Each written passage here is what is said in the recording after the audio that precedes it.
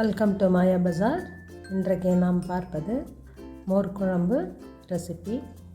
1 table spoon தேங்காய், அரை teaspoon ஜீரகம், 1/4 டீஸ்பூன் மிளகு, பூண்டு 2 பல், இஞ்சி சிறிய துண்டு, பச்சை மிளகாய் 1, துவரம்பருப்பு 1/4 டீஸ்பூன், கடலைப்பருப்பு 1/4 டீஸ்பூன் தண்ணியில் ஊற வச்சுருக்கேன்.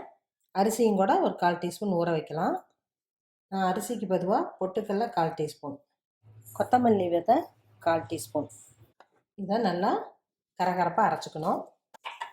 கெட்டியான புளிக்காத தயிரை எடுத்து அப்படியே கடைஞ்சி வச்சுக்கணும். மிக்சியில் அரைச்சி வச்ச பேஸ்ட்டை கலக்கிடணும். இரும்பு கடாயில் 2 டீஸ்பூன் நல்லெண்ணெய் ஊற்றிருக்கேன். வெண்டைக்காயை இந்தளவு சிறிய துண்டாக கட் பண்ணி இப்போ எண்ணெயில் போட்டு ஃப்ரை பண்ணுவோம். லோ ஃப்ளேமில் அப்படியே ஃப்ரை பண்ணுவோம். காய்க்கு மட்டும் கொஞ்சமாக உப்பு போடுறேன். இதுலேயே வெந்துடும். அப்புறம் நம்ம மோர் குழம்பு போடுறப்ப சாப்பிட்றதுக்கு டேஸ்ட்டாக இருக்கும். 5 மினிட்ஸு சிம்மில் ஃப்ரை பண்ணுவோம். நல்லா சுருண்டுக்குச்சு, ஆஃப் பண்ணிடலாம். கடாயில் 2 டீஸ்பூன் நல்லெண்ணெய் ஊற்றிருக்கேன். காஞ்சிருச்சு. 1 சிட்டிகை பெருங்காயம் போட்டிருக்கேன். கட்டி பெருங்காயத்தை தூள் பண்ணி போட்டால் நல்ல மணமாக இருக்கும். 1/4 டீஸ்பூன் கடுகு, வெடிச்செண்ணெய், கடலைப்பருப்பு 1/4 டீஸ்பூன், உளுந்தம்பருப்பு 1/4 டீஸ்பூன், சின்ன வெங்காயம் 5, வரமிளகாய் 1, கருவேப்பிலை கொஞ்சம். வெங்காயம் ஃப்ரை ஆயிடுச்சு. இப்போ கலக்கினா தயிரை ஊற்றிடலாம். மஞ்சள் தூள் 1 சிட்டிகை.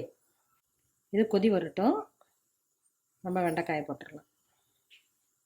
உப்பு கடைசியில் தான் போடணும், இல்லாட்டி திரிஞ்சிடும். கொதி வந்துருச்சு. வெண்டைக்காய் போட்டுடலாம். நம்ம வெண்டைக்காயிலே கொஞ்சம் உப்பு போட்டதுனால கொஞ்சமாக போட்டுக்கலாம். ஒரு கொதி வந்தோன்னா ஸ்டவ் ஆஃப் பண்ணிடலாம்.